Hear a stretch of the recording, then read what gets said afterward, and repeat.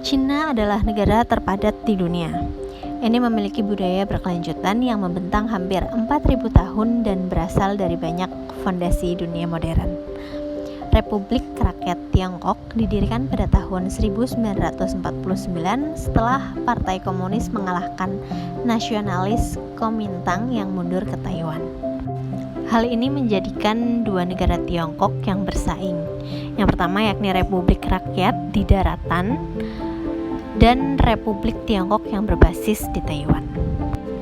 Setelah mendesak selama beberapa dekade di bawah sosialisme totaliter yang kaku dari pendiri Mao Zedong, Cina mereformasi ekonominya di sepanjang garis sebagai kapitalis untuk menjadikannya salah satu yang tumbuh tercepat di dunia, serta eksportir utamanya. Cina sekarang adalah investor luar negeri utama dan sedang mengejar kebijakan luar negeri dan pertahanan yang semakin tegas.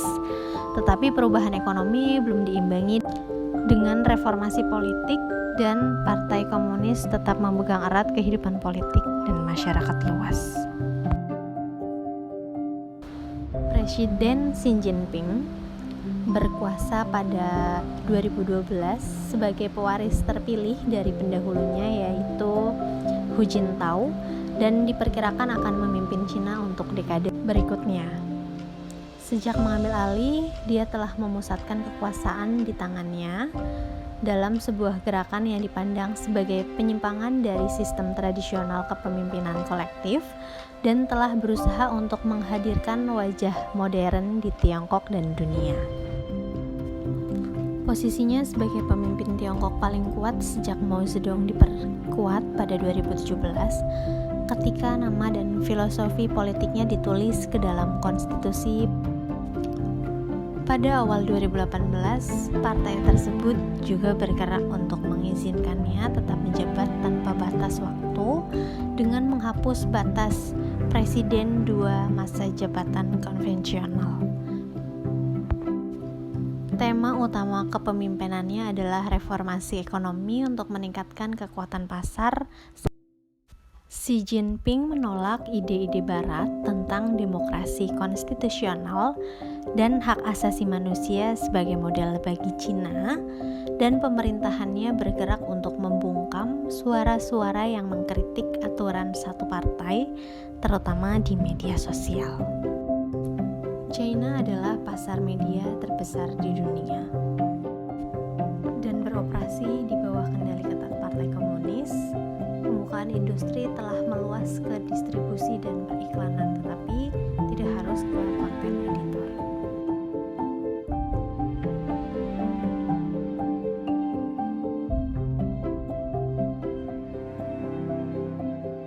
Ini adalah tembok besar Cina, dibangun pada abad ke-14 sebagai penghalang terhadap orang-orang nomaden di utara.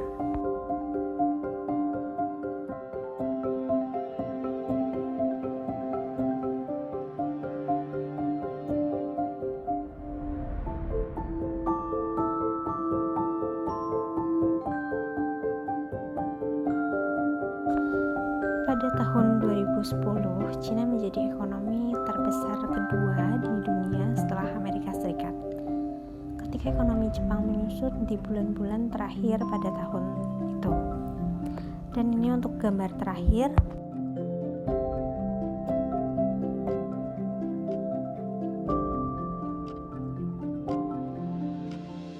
Halo, welcome back my YouTube channel. Tentunya teman-teman setelah melihat tayangan video yang tadi, teman-teman pasti tahu apa yang akan aku bahas di video kali ini, yakni mengenai China.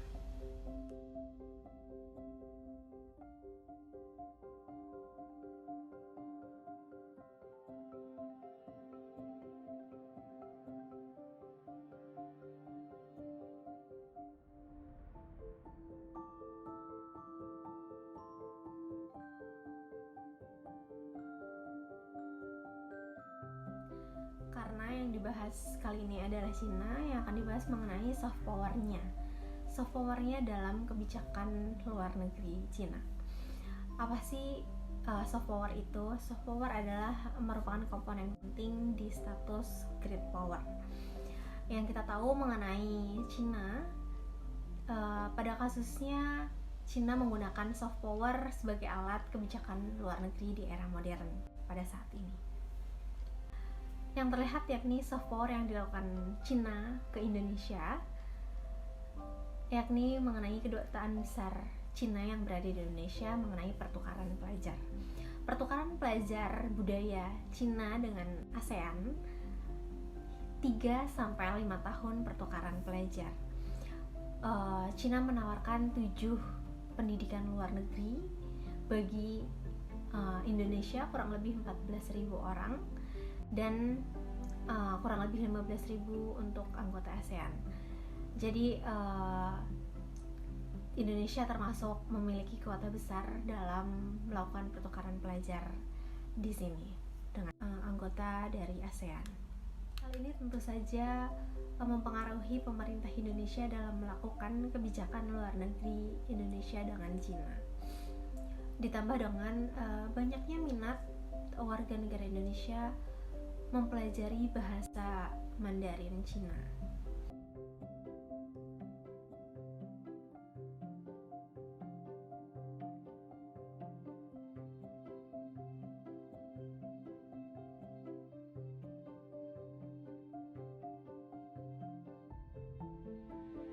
Itu akan mendorong peluang besar untuk Cina melakukan ataupun menyebarkan budayanya ke negara kita.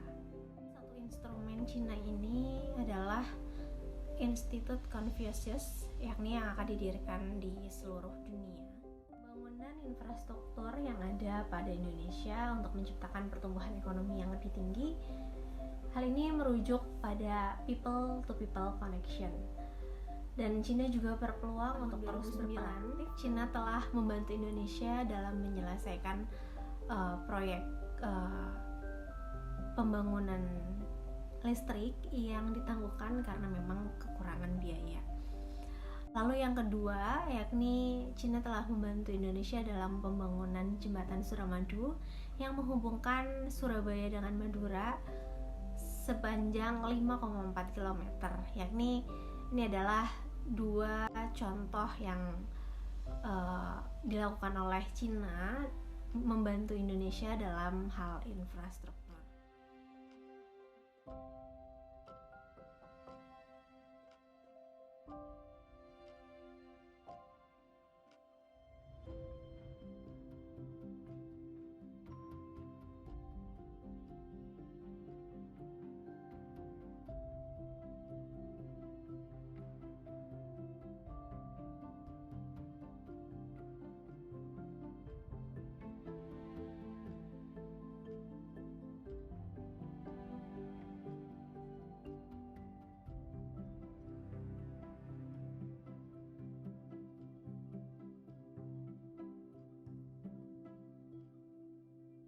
Setelah melihat ini, kita bisa tarik kesimpulan bahwa Cina telah aktif dalam melakukan soft power-nya sejak reformasi terbuka dimulai.